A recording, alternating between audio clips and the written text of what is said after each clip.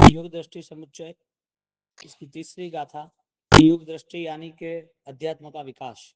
और अध्यात्म स्वनिर्णित होता है, पर आश्रय होता नहीं है। जिन्होंने पर आश्रय सुख माना, दूसरी जगह से दूसरे से मुझे सुख मिलेगा, वहां कोई अध्यात्म प्रारंभ नहीं हो सकता है। और अध्यात्म केवल स्वतंत्र बनाने के लिए ही है। और जब तक आत्मा स्वतंत्र न बने तब तक उसकी पूरी संसार की स्थिति निश्चित है, चाहे कम समय हो चाहे ज्यादा समय हो। अंत समय में उनको सपक्ष यानी करनी पड़ती है। संसार का अंत होता है, तीर्थंकर नाम कर्म जब कंप्लीट होता है तो बाह्य रिद्धि सिद्धि इतनी चिक्कार होती है, अपार होती है, लेकिन कोई भी जगह पर उनको वहां मन ही नहीं लगता है। क्यों? क्योंकि अध्यात्म की शक्ति उससे विशिष्ट है। ये तो सारा परिभ्रमण और बंधन है। ये सारी व्यवस्था तो अनंत काल से चली आई है। इस व्यवस्था का अंत कौन करेगा? एक अध्यात्म की स्थिति से ही अंत होगा। यहाँ पर जिन लोगों ने सम्यक दर्शन को चाहा है वो ही धर्म का अधिकारी बन सकता है। सम्यक दर्शन आपका निर्णय अध्यात्म के लिए बनता हो और उस निर्णय के साथ सारा अनुसरण होता हो, ऐसा जीवन सफल जीवन है। ऐसा जीवन जैन दर्शन का जीवन, जैन धर्म का जीवन नहीं। जैन धर्म क्रिया से पहचान सकते हैं, लेकिन जैन दर्शन किसी भी व्यक्ति से हम पहचान सकते हैं। क्योंकि यहाँ दृष्टि का जो विकास हो रहा है, गुणों का जो विकास हो रहा है, उसमें कोई भी जीव आ सकता है। शर्त इतनी है, आत्मा के प्रति उसकी सद्भावना, जिसका नाम आस्तिक्य पद है, वो सद्भावना निश्चित निर्मल होनी चाहिए। अब आत्मस्वरूप देह से भिन्न है और संसार से भिन्न है, कर्मों से भिन्न है। तुम जो हो वो तुम भूल सकते हो तो आत्मा तुम्हें मिल सकती है। तुम्हें कोई पूछे तुम कौन हो, तुम्हें कोई पूछे कौन हो, तुम्हारा नाम याद रह सकता है, तुम्हारा अता पता याद रह सकता है, तुम्हारे स्वजन याद रह सकते हैं, तुमने आगे पीछे पूर्व में जो घटना घटी थी वो याद रह सकता है। इतने सारी चीजों को याद रखने वाला वो वापिस पूर्व भोग क्यों भूल जाता है? वो वापिस पूर्व कर्म क्यों भूल जाता है? वो वापिस पूर्व की सारी अवस्थाएं, सारे दुख दर्द जो मिले थे वो क्यों भूल जाता है? सारे सुख जो पराये बन गए, छोड़ दिया, वो क्यों भूल जाता है? यानी कि मेमोरी हमारी लो टाइम्स समटाइम्स की है, हमारी मेमोरी लो है। हम कुछ ही सोच सकते, ज्यादा नहीं सोच सकते। हमारा ज्ञान सीमित है कि अनंत है? यदि अनंत ज्ञान है तो किसका है? संसार का नहीं है। संसार का ज्ञान, तुम्हारा जन्म जो हुआ था वो कैसे हुआ था, कब तुम बोलना सीखे, कब चलना सीखे, कब खाना सीखे, किसको पहले पहचाना, कुछ भी पता नहीं है। लेकिन ये सब हुआ तो है ही ना।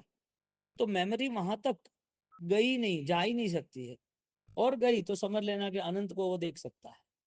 पास्ट मेमोरी, पूर्व भव आत्मा के दर्शन से होता है। परम ज्ञान के साथ जुड़ना है तो ये आत्मदर्शन पूर्व का ज्ञान होना जरूरी है। पूर्व का ज्ञान होना इसका मतलब हमारी आत्मा के ज्ञान से हम सब कुछ दे सकते हैं। कौन सी चीज दे सकते? पूर्व भव की, हमारा भव कौन सा था, हमारी स्थिति क्या थी, जो ज्ञानी देख सकते हैं वो ज्ञान पाने वाला जीव दे सकता है। नक्की नहीं है वो क्या वो संकिति है कि नहीं है, लेकिन ज्ञान का व्यवहार होता है। पूर्व भव किससे देखेंगे हम? कोई बुक से तो पता चलेगा नहीं, किसी के कहने से तो पता चलेगा। कोई हमें कुछ दिखाएगा तो भी पता नहीं चलेगा। देखने का काम आंख ने किया, ज्ञान ने नहीं किया। क्योंकि आंख के बिना भी देखने वाले यानी कि पढ़ने वाले, समझने वाले बहुत है। बिना आंख से भी समझदार लोग तो है ना। बिना आंख से भी कोई व्यक्ति अपने आप में तैयार होकर कंपनी भी खड़ी की है, पैसे भी कमाए हैं और अपने आप में पढ़ाई भी की है। ऐसे बहुत ऐसे विद्वान है। जैन दर्शन का बहुत सारे पंडित जी ने ज्ञान पाया है बिना आंखों से, बिना आंखों से। और मैं तो खुद पढ़ा हूं उसके पास, मैं खुद पढ़ा हूं उनके पास। अभी तो दोनों पंडित जी देवलोक हो गए, और उससे पहले आज से 100 साल पहले भी सुखलाल पंडित, वो भी अंध। कितने इतने बहुत सारे। उनको ऐसा कैसा बोध हुआ कि तुम्हारी आंखों से तुम दुनिया देख सको या ना देख सको, पर जिसने दुनिया देखी है, 3 लोग को देखा है, ऐसे ज्ञानी को तुम देख लो तुम्हारी आंखों से। कौन सी आंख? ज्ञान चक्षु से। वो ज्ञान चक्षु हमें पूर्व भव तक, आत्मा तक, अनंत तक ले जाता है, लेकिन खुलने चाहिए। आंख ही ना खुले तो पता कैसे चलेगा? और कई बार देखो, आंख खुली होती है तो भी भ्रम में वो फंस जाता है। आंख खुली होती है और गांव में कहीं रस्सी आ गई और रस्सी के ऊपर पैर रख दिया और सांप समझ गया और अटैक आ गया, दुखी हो गया, परेशान हो गया, चिल्ला रहा है परेशानी से, हॉस्पिटल में ले गए, क्या हुआ भाई, कि कुछ नहीं, कि मुझे बहुत शरीर में पसीना आ गया, मुझे बहुत हार्ट पेन हो गया और बहुत ऐसी घटना हुई, हुआ क्या, तो मैं खड़ा हुआ तो मेरे पैर में सांप आ गया, अरे यहाँ कहाँ सांप आता है, ये तो रस्सी है। क्या देखने वाला भी भ्रम में जीता है कि नहीं जीता है? यानी आंख होना वो जरूरी है कि ज्ञान होना वो जरूरी है? यानी कि क्रिया होना जरूरी है कि परिणाम होना जरूरी है? परिणाम होना जरूरी है। हाँ, तो परिणाम वो ज्ञान चक्षु है। तो यहाँ पर तीसरी गाथा में कहते हैं कि संकीर्ति आत्मा, यानी कि सम्यक दर्शन की भूमिका, जहां जो घटना घटित होती है वो घटना वहां रहती है, वो अपने अंदर एंटर नहीं कर रहा है, वो घटना से प्रभावित होके वो घटना को अपने अंदर घटने नहीं देता है। दृष्टा भाव की दृष्टि से, देखने वाले की दृष्टि से, सिर्फ सिर्फ अलिप्त रहने की दृष्टि से सारी चीजें उसके आमने सामने जो आती है, सुख दुख, किसी ने कोई मान सम्मान अपमान किया, वो सारी चीजें वो समझता है ये कर्म का स्वरूप है, मेरा स्वरूप नहीं है। इसके लिए पराये के साथ पराया का व्यवहार करता है। पराया समझे तो शरीर पराया है कि नहीं है? एक दुखी व्यक्ति ऑलरेडी हॉस्पिटल में है, तुम्हें पता है कि यहाँ सायरन बज रही है, हॉस्पिटल में पेशेंट को लेके जा रहे हैं। अब उस पेशेंट को लेके जा रहे, तुम कितने दुखी हो रहे हो? तुम भावना करोगे भाई परमात्मा इनका अच्छा होगा, और तो कुछ नहीं कर सकते। वो सायरन बज रही है, तुम्हारा घर हॉस्पिटल के आसपास है और रेगुलर सायरन बज रही है, कोई डेड बॉडी ले जा रहे, आ रहा है, सब कुछ देख रहे हो, इससे तुम दुखी क्यों नहीं होते हो, रोते क्यों नहीं हो, पीछे क्यों नहीं पड़ जाते? क्योंकि उसे पराया मान लिया है। यदि ऐसी बहुत सारी चीज पराई मान लेती तो कितना अलिप्त भाव आता। उसका देह पराया है, तुम्हारा देह पराया नहीं है। उसके स्वजन का वियोग हुआ, तुम किसी के स्वजन हो, तुम्हारा वियोग नहीं होने वाला। उसका धन का नाश हुआ, उसका धन किसी ने चोरी कर लिया, कहीं चला गया, या कुदरत अर्थ के वगैरह कुछ भी हो, नाश हो गया, क्या आपके पास जो धन है वो आपका मालिक हो? तो पराया जो है, अनित्य जो है, उसकी दृष्टि हमें अलिप्त रखती है। अनित्य की दृष्टि में अलिप्तता सहज आ जाती है। अब जो पराया है उसको अपना मानकर दुखी होते ही रहना, तो दुख तो खत्म हुआ ही नहीं। आज दुख जो है उसकी परंपरा चलती रही है। जरूरी थोड़ी है कि तुमने सोचा वो दुख खत्म हो जाए, जरूरी सोची है, जरूर ऐसा थोड़ी है कि दुख को तुम कंट्रोल ही कर लो। तुम्हें कंट्रोल करने की एक ही शर्त है, खत्म करने की इच्छा हो तो कंट्रोल होगा। तुम सोचो कि आज चला जाए तो दूसरे अनेक दुख पड़े हैं ना पीछे, कहाँ नहीं पड़े हैं। कर्म ने बहुत कुछ दिया, लेकिन जिसको धर्म के प्रति रुचि है वो कर्म के प्रति रुचि नहीं रखता। दो में से एक है, ईस्ट या वेस्ट, दो में से एक चीज है। तुम्हारे पास गुलाब का अत्तर है तो उसमें से चमेली की सुगंध कैसे आएगी? तुम आंबिल का भोजन कर रहे हो तो मिठाई कैसे आएगी, पचखान आंबिल का है तो? तुम यदि कहीं घूमने जा रहे हो ऑलरेडी हिल स्टेशन पे जहाँ कूलिंग है, तो वहां पर गर्मी कैसे लगेगी? जहां जो चीज है उसका वो स्वरूप उसे पता चलता है, जहां जो चीज है उसका वो अनुभव होता है। जिस गुण स्थानक में जो रहता है ऐसा स्वभाव रहता है। जिस दृष्टि में, जिस ज्ञान में प्रवेश करता है उस प्रकार से गुणों की प्राप्ति होती है। ये सीधा नियम है। तुम कश्मीर जाओ तो बोलो कि यार यहाँ सूरत नहीं, यहाँ गर्मी नहीं लग रही है। तुम गुलबर्गा जाओ ना और बोलो कि यार ये कैसे यहाँ ठंडा ठंडा माहौल है क्या? हमारे यहाँ तो यार, वहाँ चेन्नई जाए तो पता चलेगा, यहाँ चेन्नई जैसा नहीं हो सकता क्या? अरे यार, तुम जा रहे हो आउट ऑफ घूमने और तुम कहते हो कि अटे दाल बाटी नहीं है क्या? हकीकत दाल बाटी आवे अटे, दाल बाटी घर तो खानी नहीं है, अन वटे दाल बाटी मांगे। Wrong decision is the failure. गलत तरीके से निर्णय करना उसके लिए नुकसान कारक है। अध्यात्म की स्थिति नहीं है और अध्यात्म चाहते हैं, अध्यात्म का आकर्षण नहीं और अध्यात्म के बातें करना, ये सारी चीजें हमें ऑलरेडी अनुभव में यानी कि रिजल्ट में लेके नहीं आती। तो यहाँ पर परिस्थिति ये बनी कि कर्म पराय है, शरीर पराया है, तो सारी पराई चीज के प्रति हम यदि उसे अनुसरण करते, अपनाते हैं तो कोई प्रॉब्लम नहीं है, लेकिन उनके प्रति आसक्ति रख दी तो प्रॉब्लम है। क्योंकि रोना धोना किसको है? जो अपना मानेगा उसको, जिसकी आसक्ति है वो।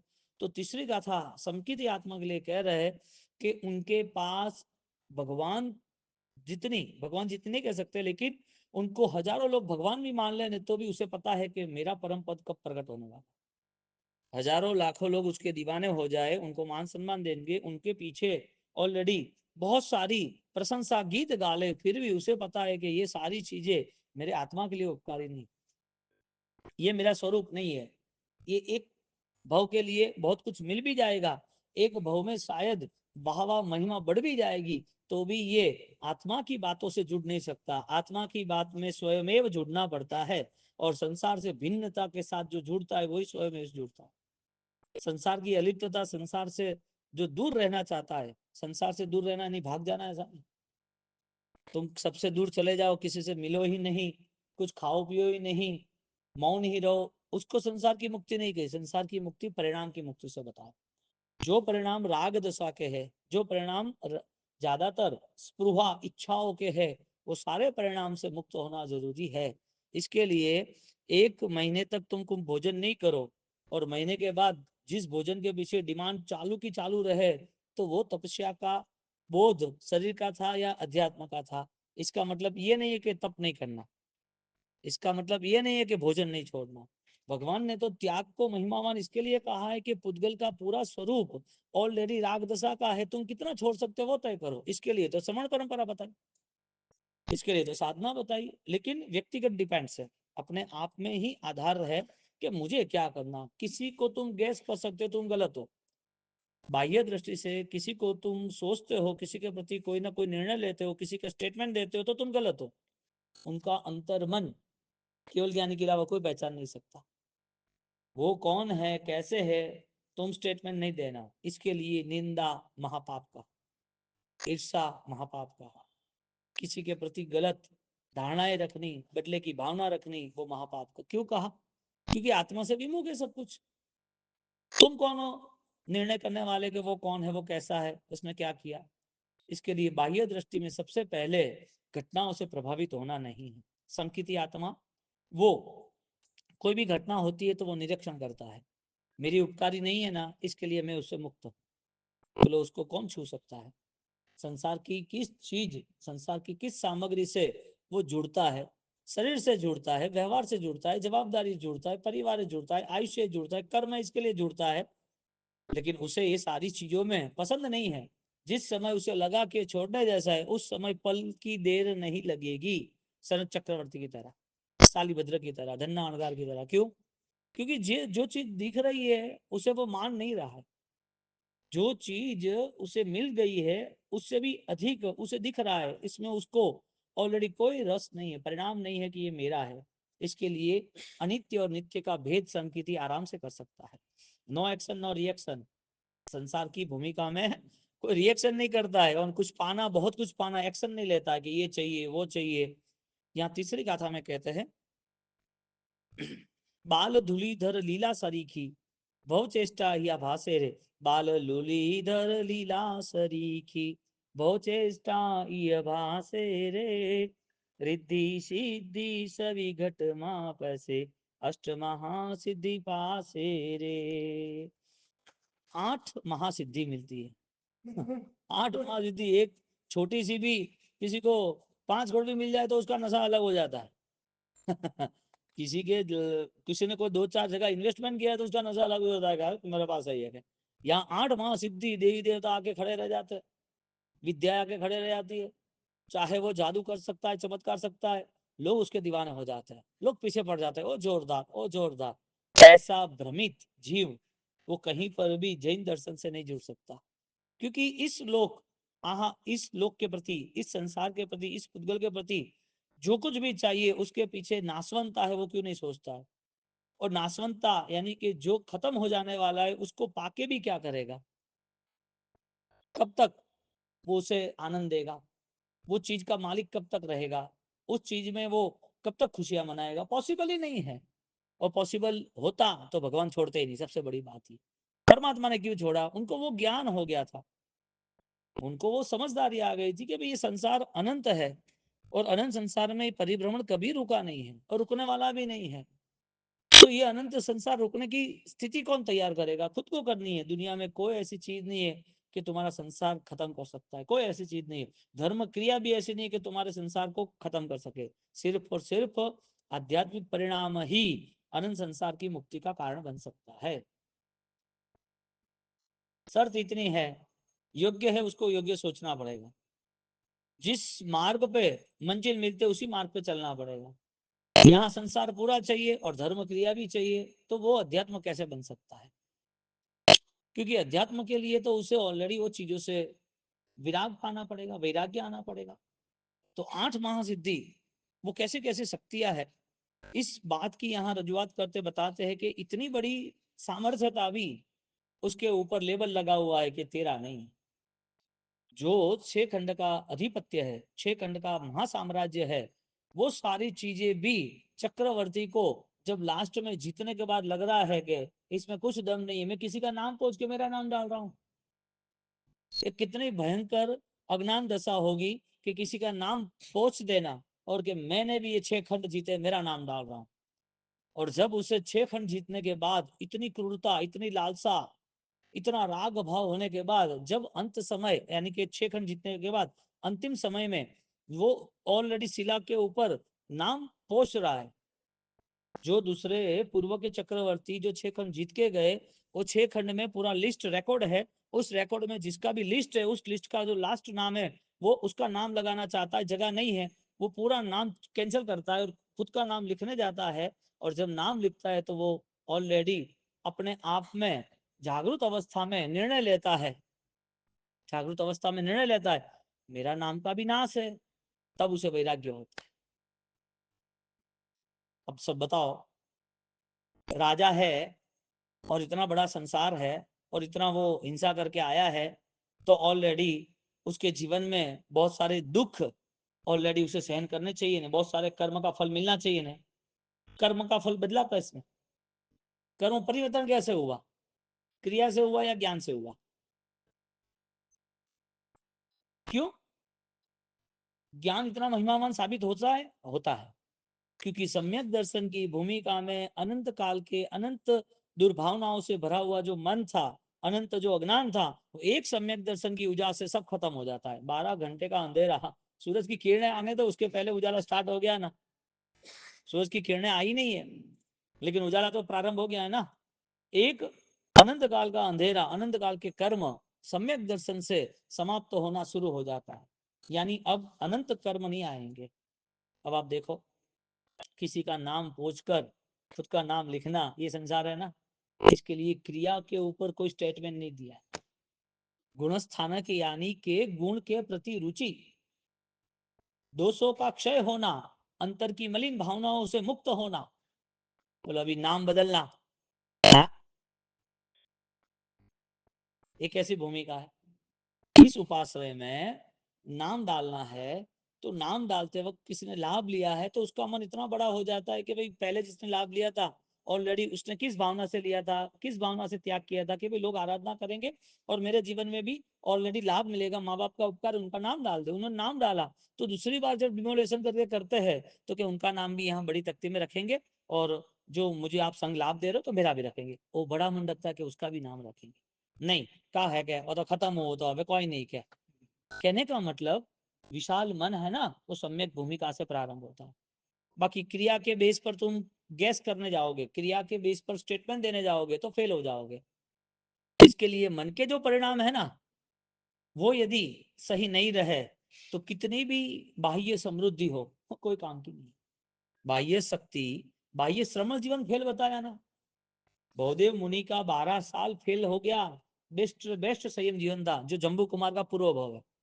जम्बू कुमार की पास्ट लाइफ थी, वो 12 साल तक दुनिया उसके प्रशंसा में पीछे नहीं हटे, प्रशंसा करते ही रहे।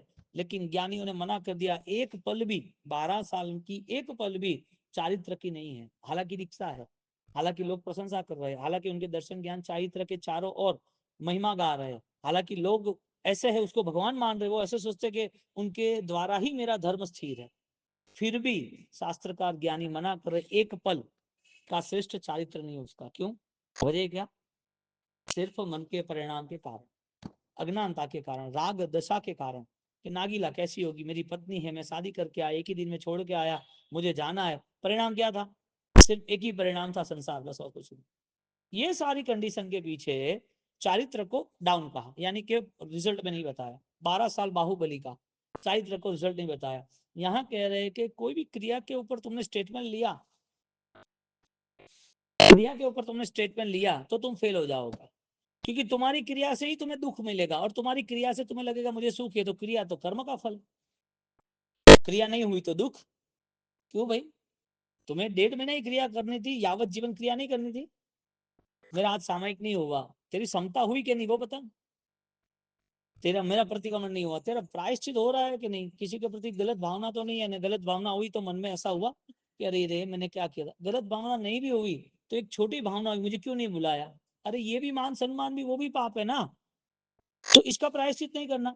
यानी कि कोई जीव की हिंसा हुई उसका ही प्रायश्चित है कि हमारी आत्मा की भयंकर हिंसा चल ही रही है, हमें दूसरे जीवों के प्रति ऑलरेडी दुख न देना वो धर्म मान रहे हैं, हमारी आत्मा को हम अनंत काल परिभ्रमण में मिथ्यात्व में ले जा रहे हैं, वो दुख नहीं है क्या। परिणाम की आराधना यानी कि मन के परिणाम कितने सात्विक बनते हैं वो निर्णय करना जरूरी है। यहाँ पर 8 माह सिद्धि मिल जाए तो भी उसका अंत है। एक चक्रवर्ती वो नाम लिख रहा है और पता चल रहा है कि ये नाम लिख के मैं गलत कर रहा हूँ, क्योंकि कल मेरे साथ भी गलत होगा, मेरा भी नाम कोई कैंसिल कर देगा, उसका नाम डाल देगा, तो फिर मुझे ये कुछ भी नहीं करना है।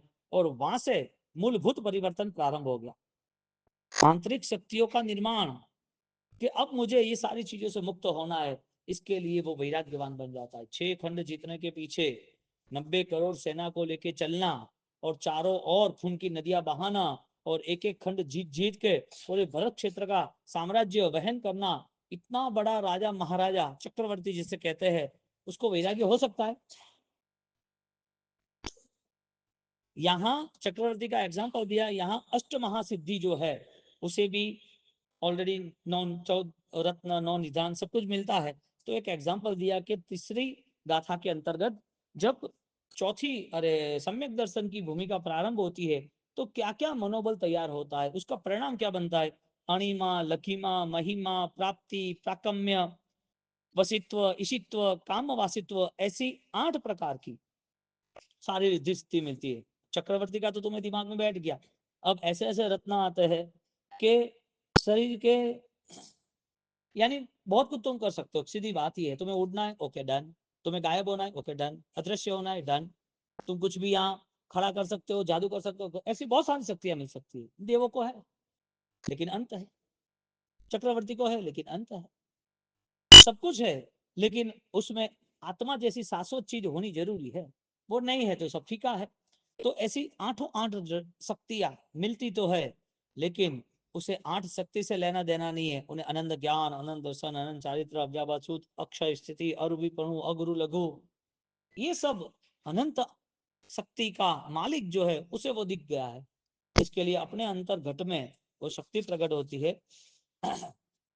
तो तीसरी गाथा में बाल धूलीधर लीला सरीखी भवचेष्टा या भासे रे, रिद्धि सिद्धि सवि घट मा पैसे अष्ट महासिद्धि पासे रे, एक गुण वीर तणो न विसारू संभारू दिन रात रे, पशुटाड़ी शुर रूप करे जे समकित ने अवदात रे। समकिति आत्मा का भूमिका भूमिका कैसे तैयार होती है, तुम्हारा परिणाम रात्रि को 10 मिनट भी आप चेक नहीं कर सकते तो ये जिंदगी कहाँ जाएगी, कैसे जाएगी, कौन किसका है, वो निर्णय तो करना पड़ेगा ना। और कब तक निर्णय नहीं करेंगे, चलो छोड़ो नहीं करना है ओके, नहीं मन हो रहा है, बहुत राग भाव है, ये चाहिए ही चाहिए, उसके बिना सब अच्छा नहीं लगता है, हाँ कब तक,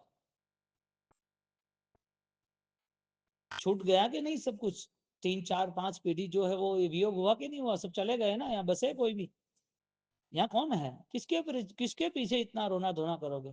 उसकी आत्मा की दृष्टि होगी तो उसका आत्मा का कल्याण होगा। उस जीव को एक भव मिला जैन दर्शन का और आपने उसको जैन दर्शन की बातों से प्रभावित करके उस जीव को आत्मा का बोध दिलाकर उसका भविष्य निश्चित कर दिया, सुरक्षित कर दिया, ये जीवन सफल कर दिया। ऐसा प्रेम होना चाहिए।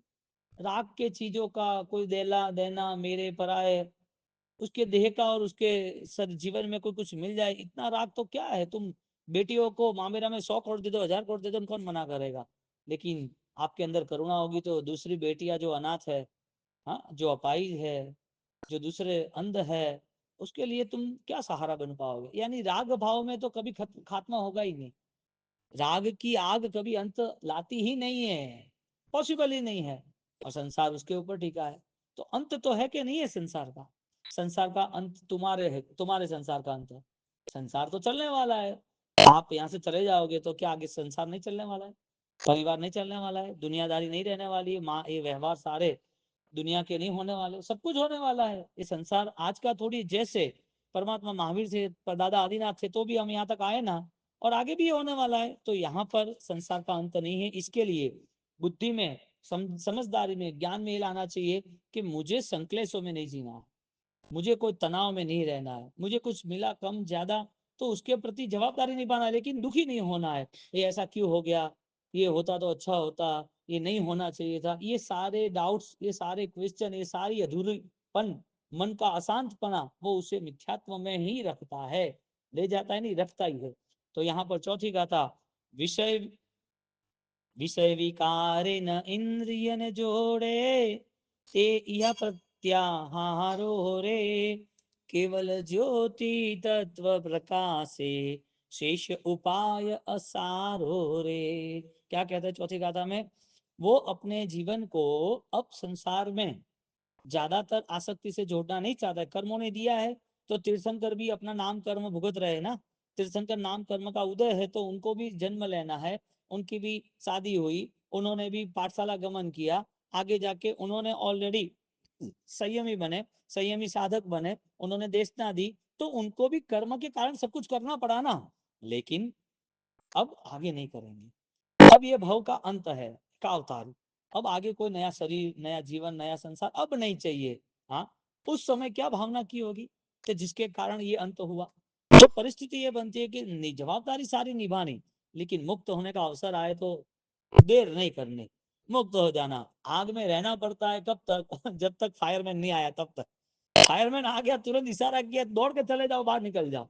नहीं, कौन है तू, कहां से आया, किसने भेजा है, क्यों आया है, मेरे लिए आया है, कितने पैसे बुक किए थे, कितना पानी लेके आया है, सारी आग बुझ जाने वाली है कि नहीं बुझने वाली है, ये सब पूछने के लिए वहां बैठता है कि सीधा निकल जाता है?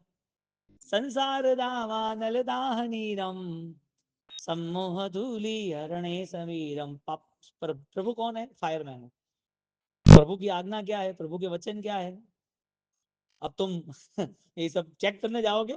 अरे अनंत लोग निकल गए आर पार, तुम क्या चेक करोगे? तुम्हारा दिमाग ही इतना नहीं है चेक करने का। इससे अच्छा श्रद्धा से जुड़ जाओ ना, सीधा जंप लगा दो, बाहर खत्म। जो आया है बचाने के लिए, उससे सारे क्वेश्चन क्यों करने? तुरंत उनसे समर्पण करो, उसके साथ जुड़ जाओ, आगे निकल जाओ। जो ज्ञानी के वचन है, जो शासन हमें मिला है, अब लंबा कुछ सोचना ही नहीं। मेरे जीवन में शासन के योग्य, धर्म के योग्य जो भी परिभाषा है, जो भी रूल्स है, वो सारे निभाने मुझे, बस इतना, कोई सोचने की जरूरत नहीं। इतना सोचना है कि ये सारी चीजें मेरे आत्मा को उपकारी बननी चाहिए, मेरे परिणाम में बदलाव आना चाहिए। विषय विकारे न इंद्रिय जोड़े, यानी कि शरीर को, जीवन को कहीं पर भी राग भाव से ज्यादा लंबा समय वहां रखता नहीं है। इसके लिए हर रोज सामायिक और हर रोज प्रतिगण बताया, हर रोज पूजा बताई, क्यों बताई? हर रोज ध्यान बताया, ज्ञान बताया, क्यों बताया? कि तू अवेयरनेस में रहना, जागृति में रहना, कि ये सारी चीजों में तू नहीं है। भगवान को देख के पता चले मुझे भगवान बनना है। सामायिक के करे मंदिर से पता चले सावध्यम जोगम पचकामी, 18 पापों का त्याग करना है। प्रतिगमन करते पता चले कि ये प्रतिगमन मेरे पापों का त्याग है, लेकिन परिणति का बदलाव है। पूर्व में जो पाप थे उसका भी मुझे त्याग करना है। वो हर दिन आवश्यक कर्तव्य इसके लिए करता है कि उसे याद रहे कि मुझे मेरी आत्मा से जुड़ना है। ते प्रत्याहार प्रमाण रे, अब ऐसा एक योगांग में ऐसे प्रति आहार, यानी कि जैसे शरीर का आहार, ऐसे मन का, यानी कि अध्यात्म का एक भोजन वो लेता है। केवल ज्योति तत्व प्रकाश है, एक परम ज्योति का स्पर्श होता है। मुझे तत्व से ही मेरा जीवन व्यतीत करना है। तत्व क्या कह रहा है? ये पुण्य है, पाप है, मेरा नहीं है, तो मैं पुण्य में राग क्यों करूं, पाप में द्वेष क्यों करूं? ये कर्माधीन अवस्था है, तो मुझे इससे कैसे छूटना है, वो मैं पूरा मेरा व्यवहार बना दूं, मेरा अनुसरण कर दूं। तत्व ज्योति केवल प्रकाश है, उसका आत्मा का बल तत्व ज्योति का बनता है। शेष उपाय असारो रे, दूसरे जो उपाय है वो असार भूत है, दूसरे उपाय से उसे कोई लेना देना नहीं है। कोई बोले कि मैं तुझे सुखी कर दूंगा, है कि तू मुझे क्या सुख करेगा, मेरे अंदर ही अनंत सुख पड़ा है। एक करोड़पति आदमी को बोले कि मेरे लाख रुपए तू रख, और लाख रुपए रखने के बाद ऑलरेडी तुझे जो काम करना वो कर, है कि तू 10 लाख रख, मेरे पास हजारों करोड़ है, तेरे लाख रुपए के मैं क्या करूंगा। हाँ? जिसके पास आत्मा का आनंद सुख है वो कौन सा सुख मांगने जाएगा, मुझे ये सुख चाहिए, ये चाहिए, ये कम पड़ रहा है, कौन मांगेगा क्या। ये प्रॉब्लम्स यहाँ आ गई, डिमांड जो की, वो डिमांड के कारण नए प्रॉब्लम स्टार्ट हो गए। जिसने इच्छाएं रखी ना, वो इच्छाएं पाप का कारण बन गया, और इच्छाओं के पाप का नया बोझा स्टार्ट हो गया, क्योंकि इच्छा कभी खत्म नहीं होती, उसका वो स्वरूप है। इच्छा कभी खत्म नहीं होती, उसका स्वरूप है। जैसे एक इच्छा आपने जो चाहा था वो पूरा हुआ, नई 10 चीजें आके खड़ी रह गई। अब सोचो, प्लान बनाओ, देखो। तो जो कुछ हो रहा है वो तुम्हारी चेतना के ज्ञान के कारण, पूर्व भोग के कर्म के कारण हो रहा है। तो तुमने जो सोचा था उस हिसाब से कर्म बंद हुआ, उस हिसाब से कर्म का फल मिला। अब तुम्हारी जो सोच बन रही है वो कर्म बदलने की बनाइए, अज्ञान बदलने की बनाइए। सोच को ऐसा ना करे कि मुझे ये चाहिए, क्यों डायरेक्ट रिजल्ट मांगो। छोटा बच्चा है ना, उसे भी थोड़ा समझाते हैं ना, तो ही वो एग्जाम अच्छी तरह दे सकता है। एग्जाम डायरेक्ट ले लेते, पहले उसको लेसन देने पड़ते, होमवर्क देना पड़ता है, उसको समझाना पड़ता है, समझने के बाद वो एग्जाम देता है। तो हम खुद समझे नहीं और डायरेक्ट रिजल्ट आए, वो कैसे पॉसिबल है। तो यहाँ पर चौथी गाथा के अंतर्गत 8 दृष्टि की सज्जा, 5वीं ढाल, चौथी गाथा, सम्यक दर्शन की भूमिका यहाँ